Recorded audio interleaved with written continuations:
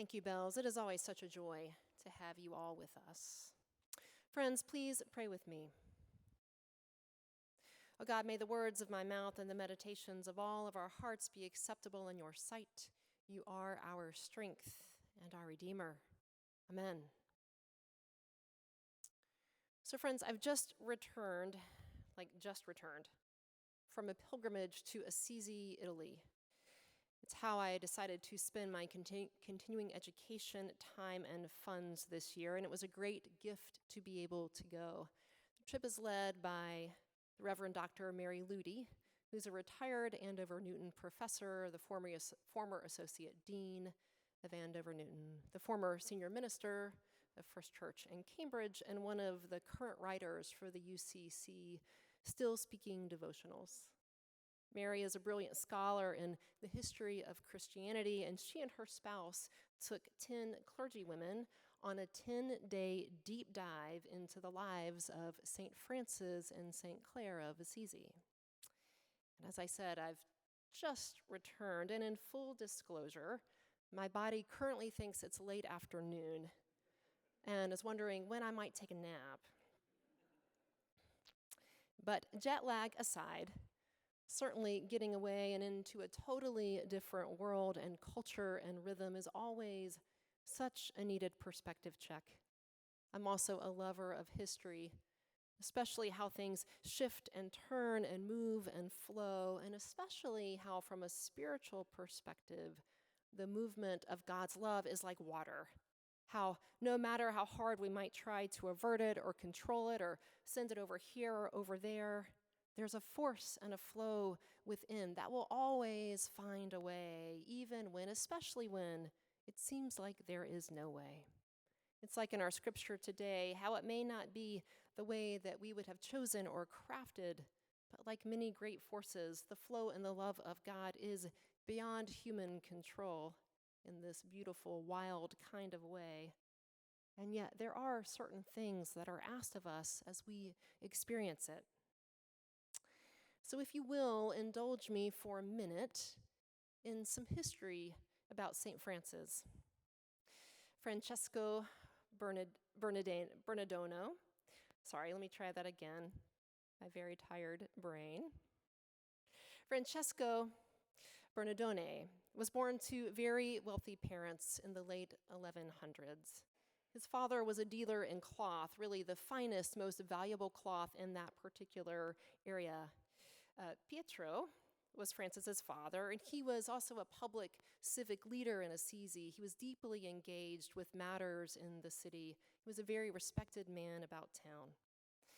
Francis was young. He was a very gregarious guy. He was known in his youth for throwing big parties, for gallivanting around town with his friends, for being very generous with his father's great wealth.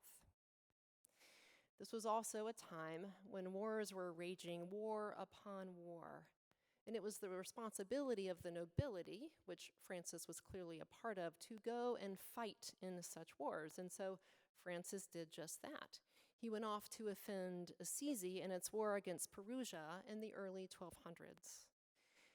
While at war, he was captured, and he was held as a prisoner of war for about a year. He eventually returned home with his horse and his armor, as well as great disillusionment, and probably what we would today quickly suss out as PTSD. And Francis began to wonder what it was all about. And he found himself seeking out more meaning, more understanding, more sense of purpose. He went to a little church just at the base of the hill from the town of Assisi called San Damiano. It was really a crumbling little church just down there at the base of the hill, and he was there praying. And he was praying in front of the crucifix that's actually on the cover of your bulletin today. And according to Francis, he says that he heard Jesus speak from the cross.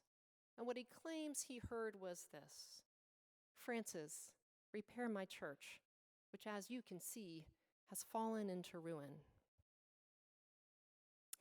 Francis, ever the literalist, goes to his father's shop and steals the most expensive roll of fabric that he could find. He sells it, He takes it back to the church where he had just been, and he just gives it to the priest and says, hey, use this to fix the church, and while you're at it, feed the poor. And the priest, knowing Francis's father, said, that's not really a great idea. You're welcome to stay here, but I do not think that I can accept this really generous out of the blue gift. A few days later, after Francis stayed there for a while, he does return to town. His dad has been looking for him and heard what he had did and found out that he had stolen from him, and as you can imagine, was pretty darn angry. So his dad has been looking for him too, and they have a confrontation really in the public square that was actually the bishop's courtyard, the bishop's sort of front yard, if you will. Crowds begin to gather around. His father demands that he renounces this newfangled idea that he has about selling everything and going and live this life no one's ever heard of. Francis refuses to do what his father asks, and in a show of defiance, strips off all of his clothes, all of them, is standing there stark naked in the center of town with his clothes in a heap on the ground. Now, this is symbolic universally, but especially to a father who deals in fine cloth, this is especially symbolic. The bishop who is standing there takes his cloak and tries to cover up Francis, at least a little bit. Francis refuses to do what his father has said, and so his father demands that he then renounce his inheritance, renounce his stature, renounce even being part of the family. And Francis responds to this by simply saying, okay, now I can truly say, only my Father in heaven. That's the end of that confrontation. Francis makes his way back down to the church at the base of the hill where his new life would begin. And so begins his ministry. And he literally goes from crumbling church to crumbling church and rebuilds them with his hands. He picks up fallen stone upon stone and puts them back together again, stone upon stone, layer upon layer. He ate only what was given to him when he begged for food in town or what someone might bring to the church. He definitely made a name for himself. Eventually, some of his friends, some of whom were also of the elite class, followed in his footsteps, renouncing their own wealth, leaving home and joining him, as well as many others from all sorts of segments of society. They came and they came and they came, and Francis found himself surrounded by friars, brothers, and they were doing this thing, though they didn't really know what they were doing. Eventually, he wrote a rule of life, sort of his spiritual philosophy of what it meant for them to do this thing, to be this new band of brothers, if you will.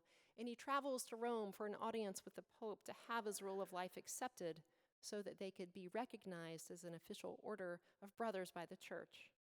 Eventually, his wish was granted, and he began to make his way home.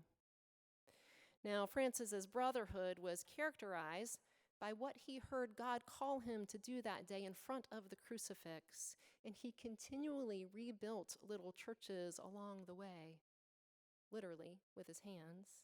And also, clearly, he rebuilt the church in another sense as well.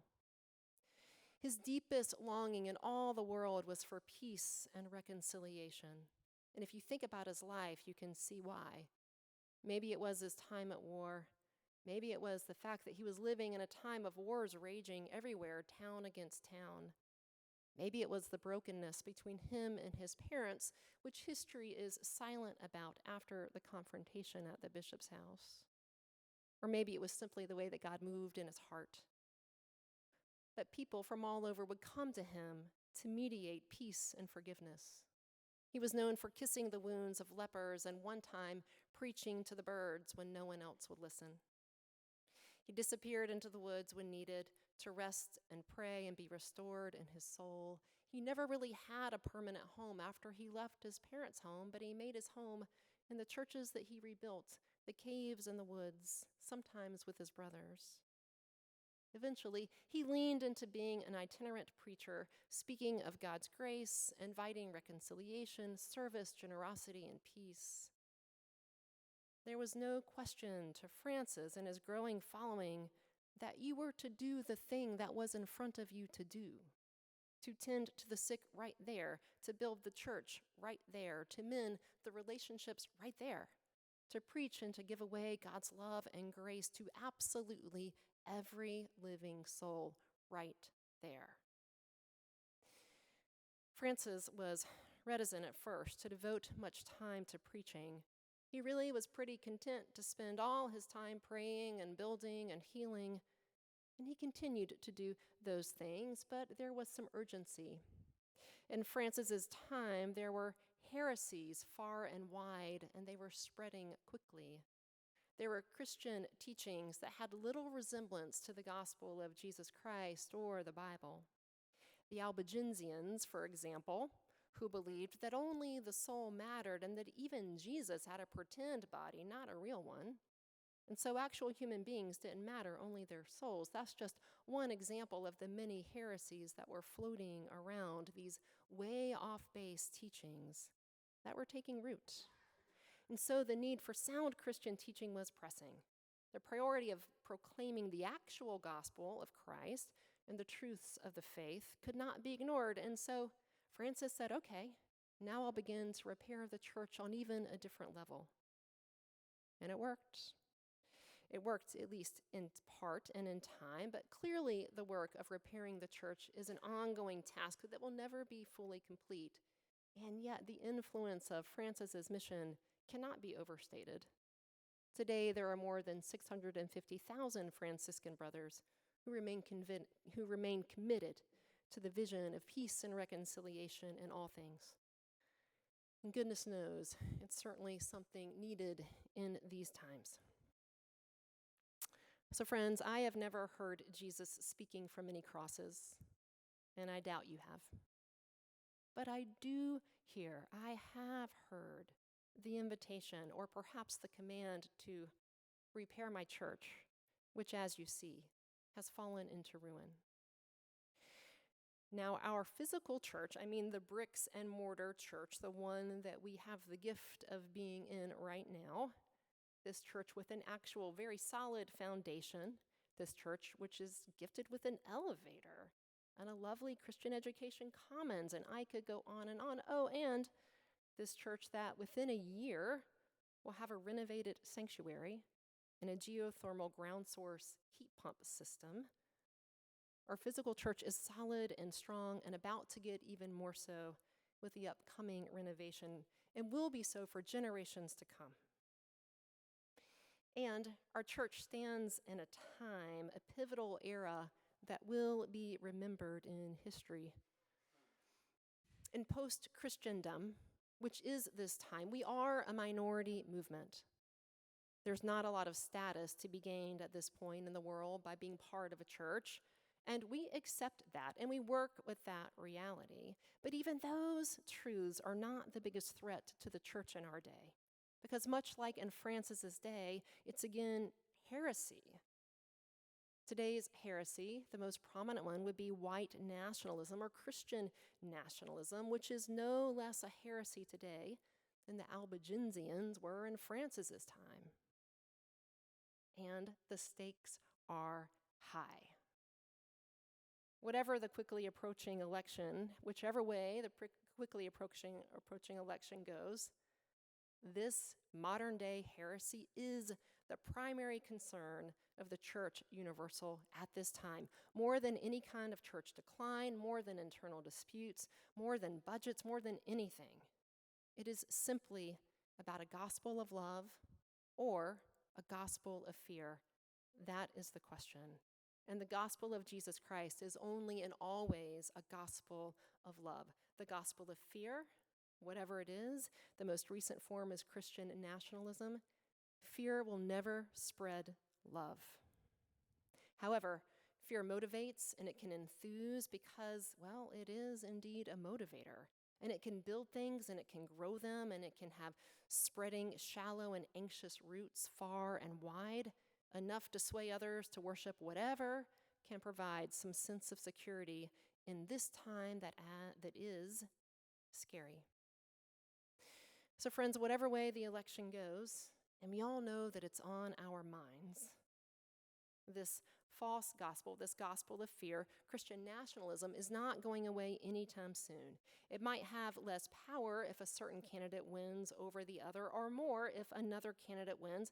But either way, those who love and live by the gospel of love, the true and wildly inclusive gospel of Christ, cannot shrink from the call from God now to repair my church, which means sowing love with such width and depth, like the mustard seed that will spread and take root, becoming bigger and louder and prouder than the lies.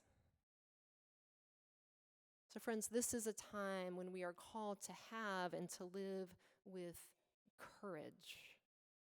We're in the midst of our annual appeal when we ask all to pledge to the ongoing operational expenses of the church and our many ministries. You've heard us talk about it for hopefully a long time now. Hopefully you've put together that we're in the midst of an annual appeal. In a few weeks, the active part of the appeal will wrap up. And in January, we will begin assessing what we can do as a church with what we have in the coming year. And I ask you to really ask yourself and to pray about what you can do and what you can give. Because as much as giving is an act of faith, it is also an act of courage. Courage to throw your lot in with what God is doing here and now. Because we have a vital role today as history unfolds in real time, the real time that we are in, we have a vital role. And we can absolutely influence which way the path goes. And the question is this: when people think of Christianity, will they associate it with the gospel of love or the gospel of fear? And we can influence the answer to that question. Beloved of God, I believe in the gospel of love, the love of Jesus Christ. The inclusive, expansive, leave no one behind love. It has saved my life. It's what I would go to the mat for above anything. I have in return given my life to it, to spreading the truth of God's love and acceptance of all, to keeping it strong and vital and healthy. It is everything that I am about. My wife, Kate, and I give to a number of things. We give to various programs and schools and causes and justice issues that matter to us. This is a value that we have chosen to have in our family primarily because of our faith. We're both in nonprofit work, and it isn't exactly easy, but it does bring us joy and hope and more peace because we know we are doing at least what we can to be a part of what God is doing. The payback on a peace level is real. We have a set amount each year that we aspire to give away, assuming that there are no big changes in our situation. But by far the biggest chunk that we give is to Hancock Church. Because while we believe in all these other things we give to, we know that it's essential to the lives that we want to live and that we want to give to our children, that the progressive church be as strong and as healthy and as vital as possible. And we also know it's not just about how we want to live, but what we want for the whole world. We give and we pledge in faith. This year our pledge is $10,000, which is a 17% increase from last year. The greatest chance that our children can grow up in the world that we want for them is directly tied to churches like Hancock being able to thrive, to live loudly and proudly, drawing courage from the all-inclusive love of God. This is what it means to repair the church now. So friends, if this is the world that you too want to live in, that you too want for your children and your grandchildren, then I ask you, what does it mean to you? What does it mean to you that churches like Hancock Church are financially healthy? This is not about propping up any out-of-touch institution. This is about being part of the movement of the gospel of love now in our time in this era. This is what it means to be part of kissing the wounds of suffering, of bringing in the outcast, of working with interfaith siblings for the greater good, protecting our earth and all its creatures, and receiving and giving God's grace freely, always. What does it mean to you? We're in a pivotal era. The church has an important role to play now in how history unfolds. As important a role to play now as it ever has. Courage is needed. Giving is a concrete act of courage. Pray about it. What does the gospel of love mean to you? Let the question wash over you, not with fear or guilt, but only with God's grace and steadfast presence, that we may give freely and with great joy. Amen.